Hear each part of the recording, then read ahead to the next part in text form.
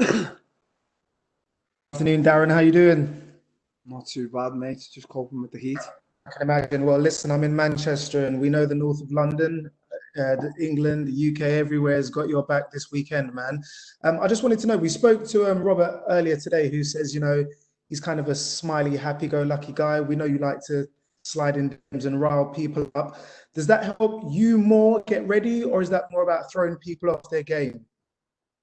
It just depends on the opponent. If it's an opponent like Rob, why not have fun? Because he's a very respectful character.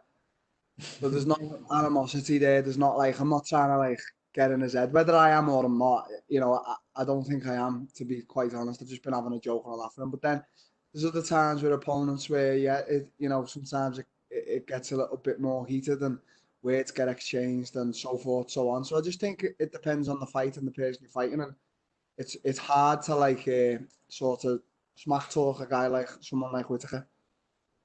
It obviously makes it easier to punch someone in the face a lot harder if you kind of hate them, but I know exactly what you're saying.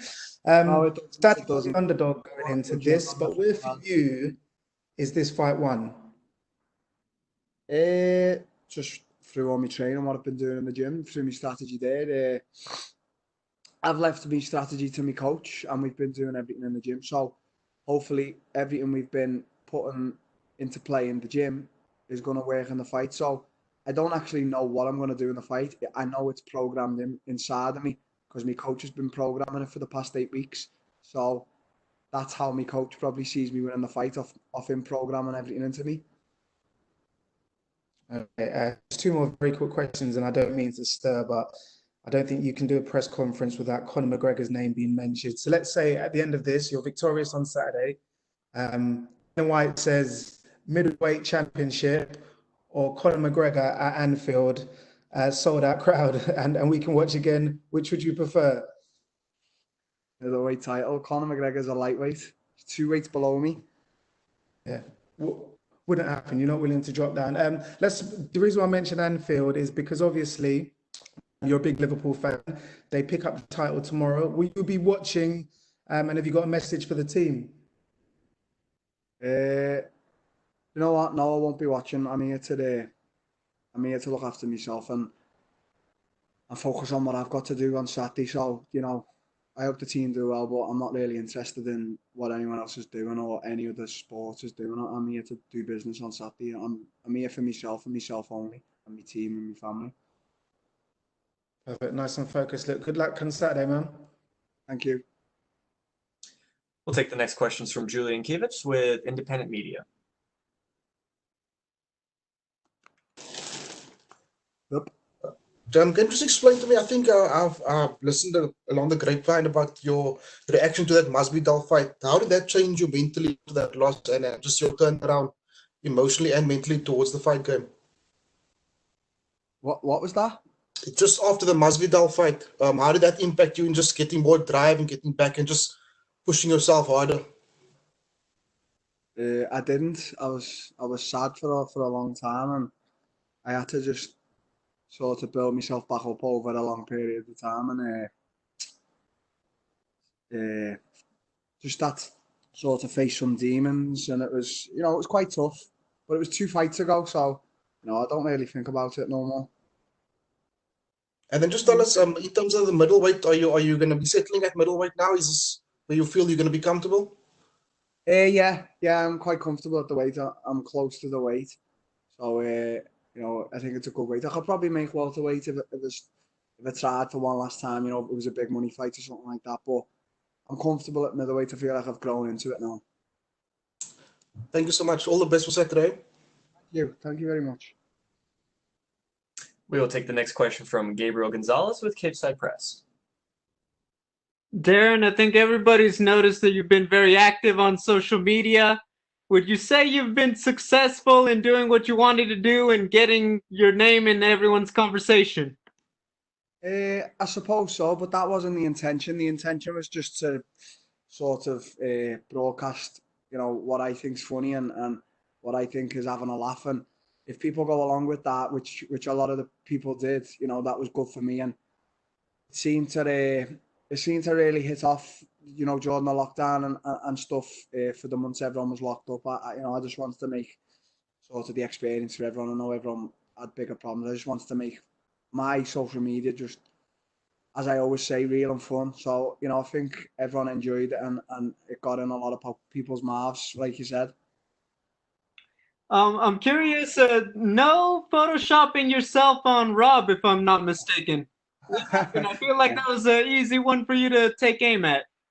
Yeah, it was, yeah. Well, I'm fighting him, aren't I? So create a little bit of something there. But I've pretty much photoshopped my face on every fighter these days. So it's becoming quite a trend amongst the fighters in social media. With all of the attention you've been getting, is it a little more disappointing for you that there's not going to be an audience on Saturday? Yeah, I suppose there is, because you know it's good to have the crowd there, and I get a little bit more nervous with the crowd because it's like, you know, as I said, it's big stage, bright lights, and I'm probably going to treat it like a sparring session. And I always, you know, I'm very calm, cool, and collected in sparring, and that's when I fight my best. So hopefully I'll be bringing my best Saturday. But yeah, I'm a little bit disappointed, but you know, it is what it is. You just have to crack on with it. You've said that you've tried to talk trash to Rob, but in your words, it just didn't work. How would you describe it? Is it just friendly rivalry? Is it just a competition? How would you describe, I guess, the tension, if any, with Whittaker? It's just business. It's just pure business. I've got no hard feelings towards him. I wish him all the best in his life and in his career and his family. And, you know, I can't trash talk a nice guy, and I don't see any fakeness inside of him. I don't see any, you know, Mr. Me. I don't see him putting any act on. So, you know, I feel like he's a real guy, and I feel like he's a friendly guy, even though, you know, he is a beast inside the cage. So, you know, Saturday it's just business, and then after that, you know, I won't hold anything towards the guy. You know, I wish him all the best, whether he wins or loses. I just, you know, I wish him the best. Final one from me. Jack Hermanson had the big win over Kelvin Gastelum on Saturday. He said he wants the winner of you and Rob. Does that one interest you, or do you think you have your sights set on someone else if you win? If I win, I'm fighting Israel Adesanya, and that's all it is to it. Thank you. We will take our next question from Joe Coleman with TalkSport. Hi, Darren. Thanks. First thing I've got to ask, what's the hit of Liverpool's Premier League title? Oh, it was good. I went down to the ground, and but I couldn't stay long because I had training the next day, so I only stayed till about 1 in the morning and celebrated with all the fans. And there was a few Liverpool players there, so you know it was good. And then the next day, they all went down to the Albert Dock, like, which is our sort of pierhead. It was good. It was good, really good. Amazing. I'm sure you'll get to properly celebrate the weekend. Your story from kind of the streets of Liverpool, favelas of Brazil. You know, I love the story of Nigueras and everything. To be where you are now, I mean, it must fill you. Yeah, I just, you know, I'm sort of living a dream. I've just bought my first house, and you know, just coming out into this every day, another place, another main event, another city, another country. You know, I always speak with me and my coach and the guys. You know, we were sitting on the beach today, and we're truly we're blessed, but we've worked hard to be where we are. You know, we haven't got here by chance or by, you know, a lucky streak. We've proper put hard work and hard grafting. So, you know, we deserve to be here, me and all my team. Of course, yeah. And we saw in your middleweight debut last time out, you were very composed. The game plan that you and Colin worked on obviously went into, you know, complete focus mode. Can we expect to see a similar type of performance, do you think, on Saturday? I think we're going to stick to the game plan. I think maybe a little bit more of added aggression inside the octagon. But yeah, you know, always stick to the game plan. And if only I would have done it against Masvidal, I would probably be on the cover of EA Sports right now. So, but no, you can't fight every fight perfection, and it's not like that. The fight game is certainly not like that, especially in MMA. That's why it doesn't matter who you're fighting. They could have a big belly or anything. You can never underestimate or overlook any fighter. And I sort of overlooked Masvidal a bit, you know, because he was a bit tiny at them fucking cars, mate. You're getting petty, Bonton. Sort of overlooked him because he was a little bit tinier. I beat Stephen Thompson, and Stephen Thompson beat him comfortably. So maybe I did, maybe on my part I did. But you know, you live and you learn. I'm only 27, and I'll probably learn much more. You know, I haven't even hit anything yet. I haven't even started to begin. This is all just fun right now. Of course, yeah. I mean, congratulations as well. You said there about the house. Congratulations about that. You've mentioned Adesanya as well a lot. I know that that's the name you want. That's who you want. Dana White has mentioned potentially bringing back the Ultimate Fighter. Now, I can imagine you two as coaches, that would be just absolute blockbuster stuff. Is that something that maybe tickles your fancy? Could you see yourself doing that? Yeah, for sure. If him and Costa don't do it, and if him and Costa don't fight, which I don't know if I see it. Yeah, I'll step in. Like after this fight Saturday, you know, if all goes well and I win, I'm gonna jump straight back. I'm gonna have a week off and jump straight back into training and stay ready for September time. And you know, something could happen. You know, even if the fight doesn't go ahead September, and you know, decide to make it tough and it's me and him, yeah, I'm all for that. And as I said, it's another experience and it's another, you know, it's sort of another medal to everything I've already, you know, achieved and done. So yeah, I'm up for it. Just one last one from me, Darren.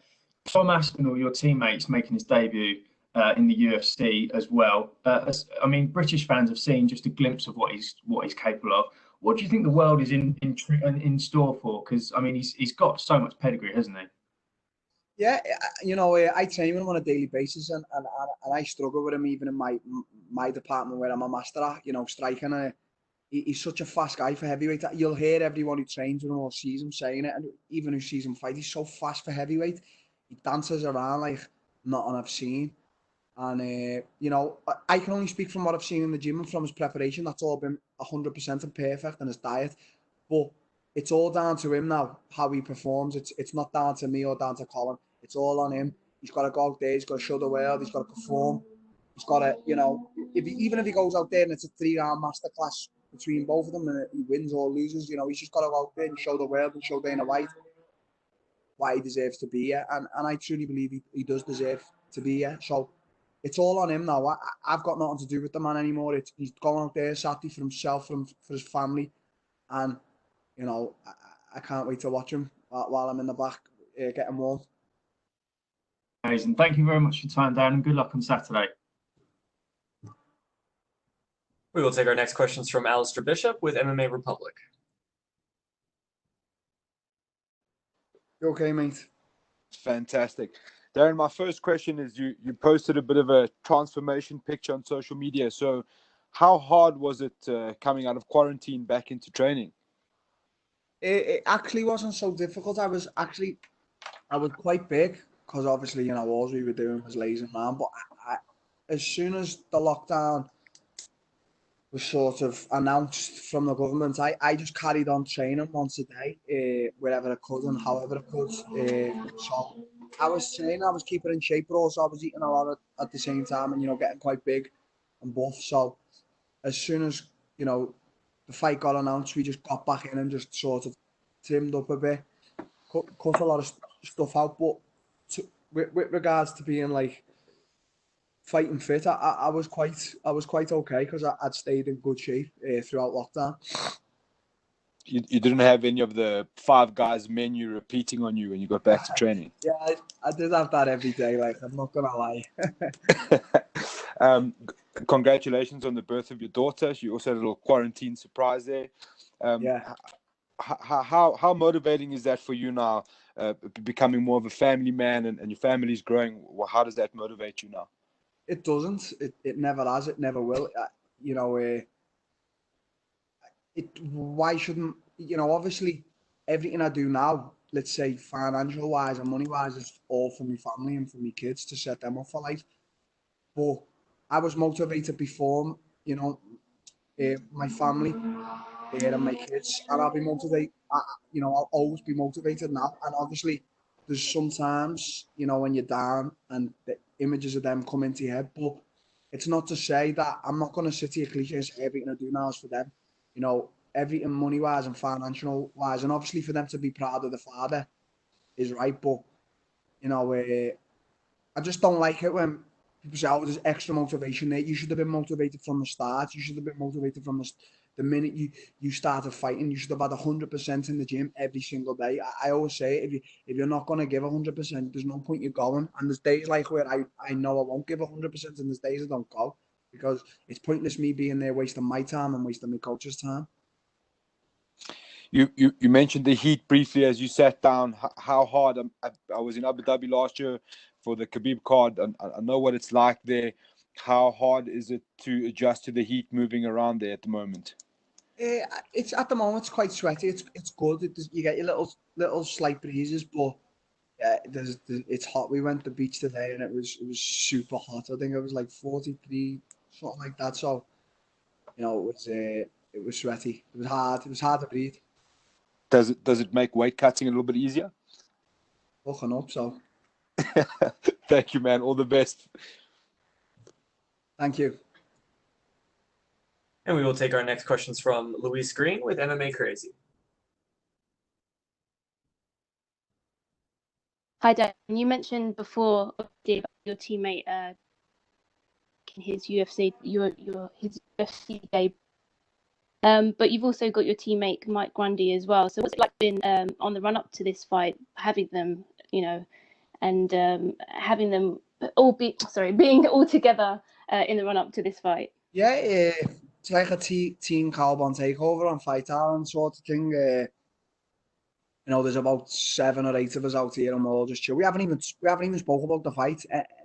Not one bit. We've just trained, we've chilled, we've went to the beach, we've ate, we're eating good food, you know, we're sleeping well, we're getting along, we're having laughs. That's what it's about, you know, we're all here to enjoy this experience, and then Saturday we're going to fight. So, yeah, it's sort of like a little team Carbon takeover, and, you know, as I said before with Tom, Grundy and Tom are here to do their business, and I'm here to do mine. So, you know, let's hope we're all prepared and we're all going to show for it on Saturday.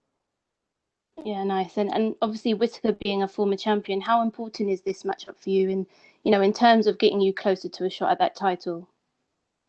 It is important. I want the title. I want to fight Adesanya, but, you know, I'm putting every ounce of energy and spirit and soul, everything I've got into this fight, because this fight means everything to me. Like every fight I fight means everything to me. So, you know, obviously I think about the belt, and I think about fighting Adesanya, and I think about fighting welterweight again. But, you know, when I've been in the gym and everything, every ounce of energy, soul, and spirit I've got has gone into beating Robert Whittaker. That's all that matters right now. And, you know, when you think about the fight, how do you imagine it playing out? Me knocking him out, hopefully. I don't ever imagine him knocking me out, you know. So that's it. I imagine myself knocking him out, hopefully. Okay, cool. And you obviously mentioned about, you know, you want Israel Adesanya next if you do get the win. What is your prediction for Israel taking on Paulo Costa next? How do you see that playing out? We'll have to see. I'll have to make the prediction when they've both made weight, because, you know, up to now, nothing seems concrete. But I think it's a 50-50. I think Adesanya a little bit more, because he's a bit more technical, but Costa's a big power puncher, and he's powerful, and he can go to 5 rounds. So I think it's a 50-50 fight at the moment. Okay, thank you. Thank you. And we will take our last questions from Damon Martin with MMA Fighting. Hey, Dan, you know, maybe fight for a lot of money, you would consider going back to welterweight, but you seem so much healthier and happier at middleweight. Is it weird to think about making these cuts to welterweight? We see Anthony Johnson now. We're like, how did that guy ever make welterweight? Do you feel the same way? You're like, how did I ever do that to myself? Yeah. Because I get dry now when I'm like cutting to middleweight. Not so dry, but, you know, I can sort of feel my bones, and like my muscles pop out a bit more when I'm like getting below the 90 kilos. And when I used to make welterweight, you know, when I was getting, you know, when I was around like 88, 87, 89, I was still big, you know, I was still buff and that and stuff. But now, like, I'm under the 90s, close to middleweight, and I can feel all my bones sticking out. So it's just weird that my body's made that much of a change in so quick time. But you know, if it was dead and the money was right and the fight was big enough, I could do one last hurrah. You know, I know Usman's the champion now, so you know, you never know. You never know. You mentioned, Robert Whittaker, former champion, is like a perfect fight for you to earn the title shot. But Robert has gone through some wars. The fights with Yoel Romero, obviously the knockout with Adesanya. Do you feel like testing his chin will be a big part of this fight to see if he can still take that damage? Because we know you can only take so many punches in this sport.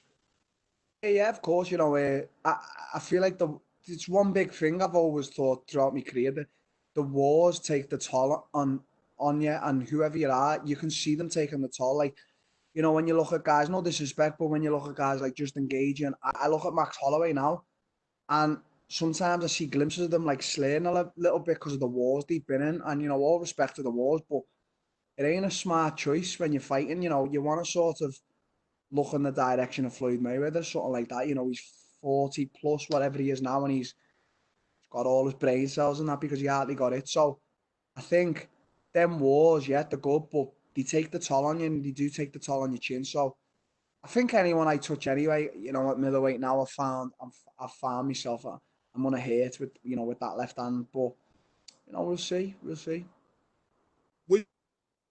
Dana White said, when you moved up, you didn't want an easy fight. You didn't want to test. You wanted to fight into the Gastelum fight, which he was coming off the Adesanya, and now you're getting a former champion in Robert Whittaker. Do you feel like the progression here going into a title shot would just make sense considering where Robert Whittaker is, former champion? Do you feel like it wouldn't make sense to fight anything else but the champion after this? Just look at my resume, look at all my resume from welterweight, and now look at my resume, at middleweight. Look at the two guys I'm fighting in my debuts at middleweight. Of course I deserve a title shot. I've never campaigned for it, even when I beat Stephen Thompson in my hometown. I didn't campaign for the title shot, but I feel like the stars have aligned now. I beat Gaslam, easily, might I add, and he gave Adesanya the most trouble. And now, Saturday I see myself beating Whittaker. I'm beating two of the best guys in middleweight. Where do you want me to go? Do you want me to go backwards? So, all these guys calling my name, yeah, we're probably going to meet someday. I'm not avoiding you, and you aren't avoiding me, but, I'm looking forward. So we'll see what happens Saturday. So, I beat Whittaker. I don't want to hear any other name come out of anyone's mouth apart from Israel Adesanya. And last question for me. You mentioned Adesanya. You said that the fight would cost us 50 either way. But in a way, would you find yourself, I won't say rooting, but kind of pulling to see Adesanya? Because would it mean more to beat Israel Adesanya for the title than beating Costa? Or does it matter? I just think it's a bigger fight, me and Adesanya. I just think it's right now, obviously I don't want to talk too much about Adesanya. I've got a big person to fight on Saturday, but I think that fight could just be one of, in top 10, top 5 of UFC's biggest ever fights. Me and Adesanya, I just think that's a fight that's just got to happen. But yeah, if Costa wins, then I'll make a fight with him and I'll campaign for the fight against him. But we'll see. As I said, until I see both them guys weighing in September 9th or 11th, I think it is, I'll believe the fight's happening. Thank you so much, Darren. That is all the time we had for you. Thank you for joining us today. Thanks. Oh, then fair.